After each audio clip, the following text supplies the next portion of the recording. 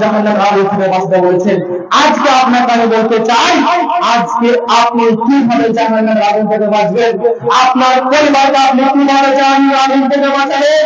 আপনার পরিবার নামাজ পড়ে না, আপনি নিজে নামাজ পড়ে না, আপনার মেয়ে, আপনার স্ত্রী, আপনার কন্যা, আপনার স্ত্রী তারা নির্লজ্জ হয়ে, তারা খোলা পোশাক পরে, তারা রাস্তাঘাটে চলাচল করে, তারা খোলা পোশাক পরে, তারা উলঙ্গ হয়ে রাস্তা দিয়ে তারা চলাচল করছে। দেখেন নিজের মতনে আপনার স্ত্রীকে আপনি কাপুরুষের মতো, আপনার মেয়েকে আপনি কাপুরুষের মতো বাজার করতে পারাইছিলেন। আপনি নিজে বাড়িতে বসে তুলেছেন, আপনার স্ত্রী বাজারে গিয়ে ভিড় করেছে, আপনার মেয়ে বাজারে গিয়ে ভিড় করেছে।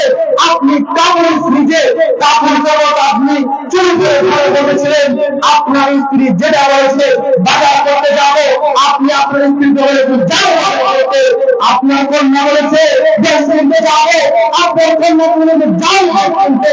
আপনি নিজে আপনার স্ত্রীকে, কন্যাকে আপনি উলঙ্গ হয়ে, আপনার কন্যা, আপনার স্ত্রী সে রাস্তাঘাটে চলাচল করেছে ঈদের বাজারে, আপনার মেয়ে, আপনার স্ত্রী নির্লজ্জ হয়ে তারা বাজার করেছে। হাজারো যুবক, হাজারো পুরুষ তারা আপনার স্ত্রীকে, আপনার মেয়েকে তারা দেখেছে জেনা ব্যভিচারের জন্য। আপনার স্ত্রীকে, আপনার কন্যাকে তারা আহ্বান করেছে।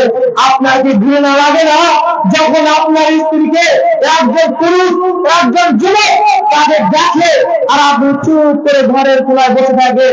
আপনার মেয়েকে একজন যুবক দেখে আর আপনি চুপ করে ঘরের কোনায় বসে থাকেন? আপনার কি লজ্জা লাগে না? আপনার কি বিবেক হয় না? যুবক তোমাকে আমি বলতে চাই, নবী করিম সাল্লাল্লাহু আলাইহি ওয়াসাল্লাম হাদিস শরীফের মধ্যে বলছেন, ওয়া নবী মুআবিয়া ইবনে হায়দামা রাদিয়াল্লাহু তাআলা আনহু قال মুআবিয়া ইবনে হায়দামা রাদিয়াল্লাহু তাআলা আনহু তিনি বলেন, নবী করিম সাল্লাল্লাহু আলাইহি ওয়াসাল্লাম বলেছেন, সালাতাতুন লা তারা আইনাহুম নারাইন, তিন শ্রেণীর ব্যক্তির চক্ষু জাহান্নাম স্পর্শ করবে না, তিন শ্রেণীর ব্যক্তি জাহান্নাম দেখবে না। যুবক এই হাদিস তোমার জন্য। নবী করিম সাল্লাল্লাহু আলাইহি ওয়াসাল্লাম বলেছেন, তিন শ্রেণীর ব্যক্তি জাহান্নাম স্পর্শ করবে না, তিন শ্রেণীর ব্যক্তিকে জাহান্নাম স্পর্শ করবে না। সেই তিন শ্রেণীর ব্যক্তি ব্যক্তিকে জাহান্নাম স্পর্শ করবে না। ওয়াইলুন হাসাত ফি সাবিলিল্লাহ ওয়াইলুন বাকাত মিন খাশিয়াতিল্লাহ। কি দ্বিতীয় নম্বরে সেই ব্যক্তি, যে ব্যক্তি তার গভীর রাতে উঠে আল্লাহকে স্মরণ করে তার দুই চোখ দিয়ে অশ্রু ঝরায়। গভীর রাতে আল্লাহকে স্মরণ করে তার দুই চোখ দিয়ে অশ্রু ঝরাচ্ছে, সেই ব্যক্তি জাহান্নাম দেখবে না। ওয়াইলুন হাসাত ফি সাবিলিল্লাহ ওয়াইলুন বাকাত মিন খাশিয়াতিল্লাহ ওয়াইলুন তারফাত আন নাহারিল্লাহ।